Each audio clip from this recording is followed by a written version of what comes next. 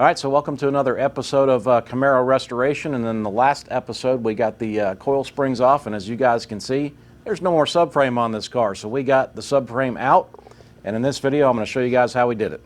All right, let me show you where I'm at with the car. As you can see, all of the suspension's off. I got that part done obviously in the last video, and I've got just a few preparation things to do to the frame, to the subframe, to get it ready to be removed. Let me show you what those are.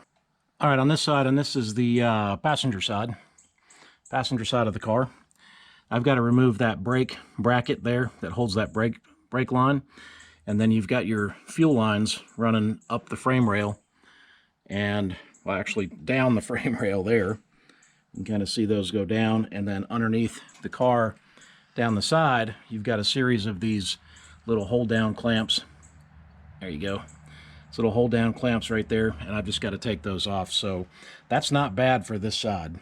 All right, this is the driver's side, and over here you've got another brake bracket to loosen up, and then I've got to get the brake line that goes over there by the cross member. Got to get that out, and then you've got a line that goes down, that one that's hanging down, and I believe that's my speedometer cable, and it's attached to the frame in a couple of places with those same little tie-down looking things, so not too bad. All right, the other thing that I'm going to do is I'm going to make some kind of index marks on the frame and on the body, so when I put the subframe back on, I can line it up. And I'll probably do that in two places on each side, and I'll probably either punch or dig a line in the metal or something, or just like take a punch and just make two little impressions, one on the frame, one on the body, and that will help me line it up when I go to put it back in.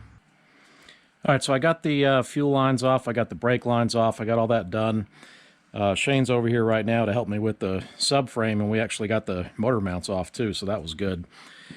But I kind of want to show you what we're doing and how we're going to kind of go about this. So we've got two big floor jacks, or jack stands, on the very ends of the frame right here, and you can see there's a gap there, and that's intentional.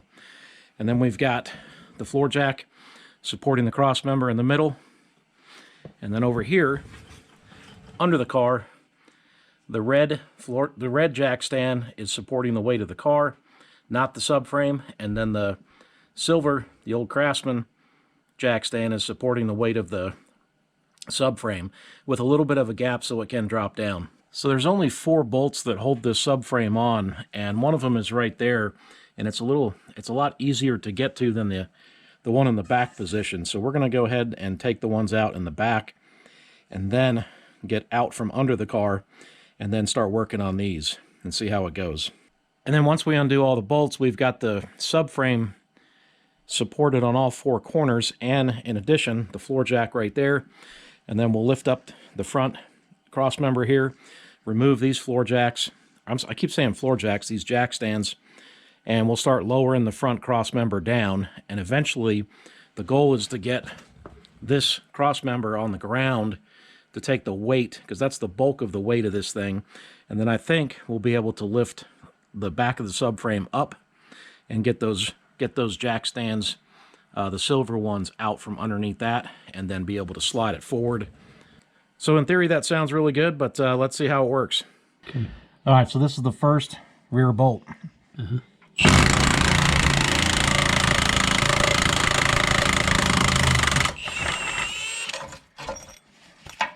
Woo! That thing came right out. No, no PB blaster or anything. All right, so this is bolt number 2, the second one in the rear position.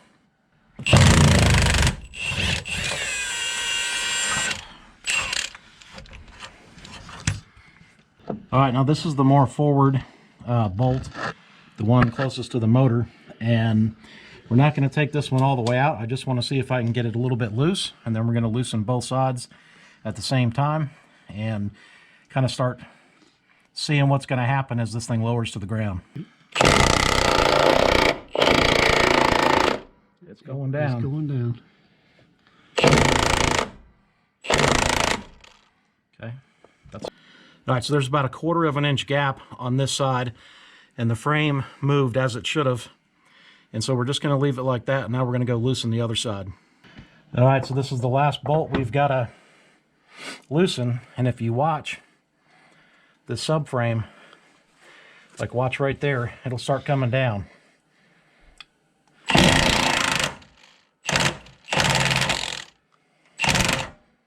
All right, so here we go.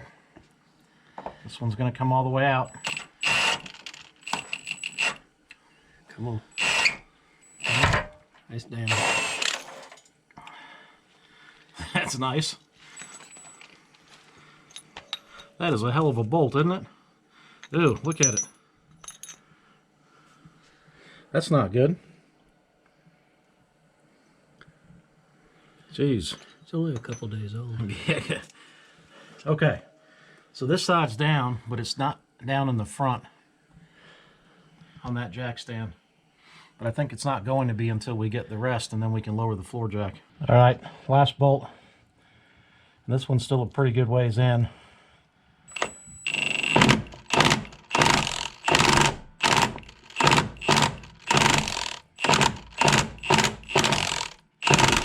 Whoop. Almost. Almost. There it goes. It's out. See what this one looks like.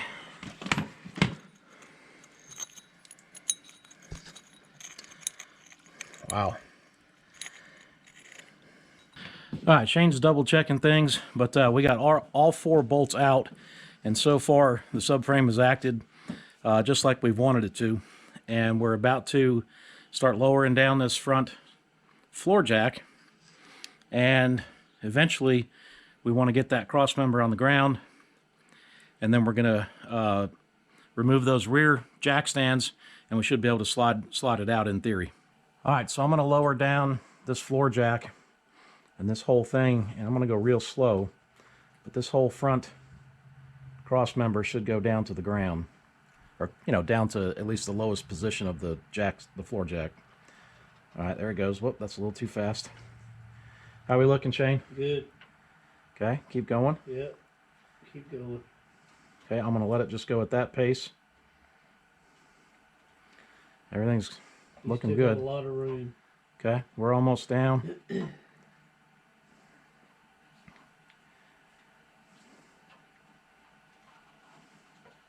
You're getting close.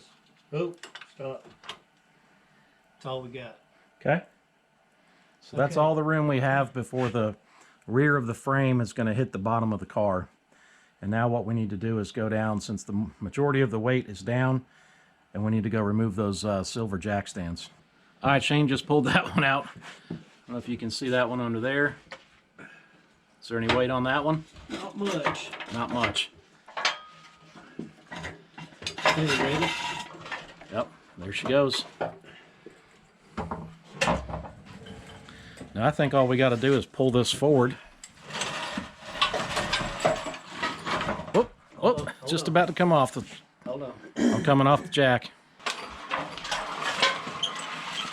Hold on.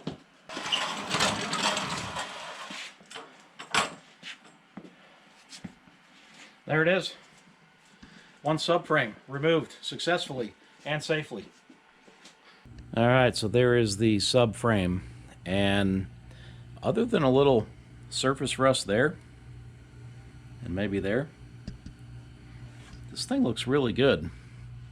Yeah, there's a little bit of surface rust there, and a whole lot of nastiness there. Transmission mount was about shot. Not about shot, that thing is shot. Look at that, pieces of it hanging off there. And I would say my body mounts were shot as well. That thing's pretty rusty. And that one's kind of the same way. And the other two are the same way as well. All right, so overall, really not that bad. And I'm really excited to get this thing cleaned up, but that's coming up soon in a future video.